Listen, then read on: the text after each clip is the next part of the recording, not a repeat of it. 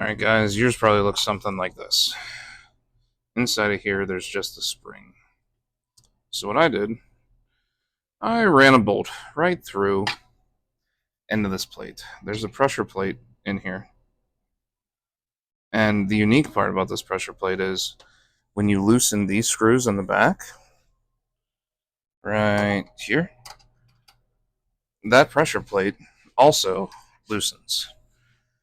And you can tighten it at any point, and it will stay in place. So the spring inside this isn't really like an automatic tensioner. It's just kind of if you don't have an extra set of hands, I guess. So once I discovered that, what I did was I drilled a very small hole in the end of it. You can already see that there is a small little hole anyways. So just find yourself the corresponding drill bit size and the screw size. And just run that right on through. Loosen those 4 bolts in the back first, and then just sink this down. And it will push this pressure plate inward. You can tighten all 4 screws again. It'll stay nice and tight. There's no extra tension on any of this, being those 4 screws in the back are nice and tight.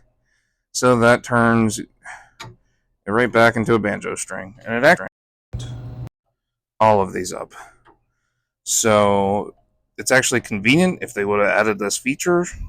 It's better than having to tear this whole thing around just to get the Z-belt tightened. So yeah, find yourself a bolt.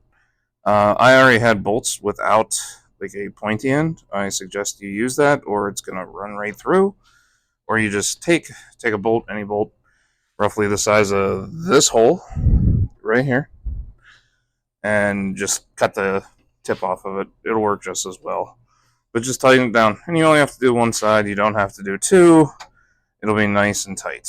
For all you people that are gonna say, well, doesn't the head go back and hit this? No, the head stops literally about where this is.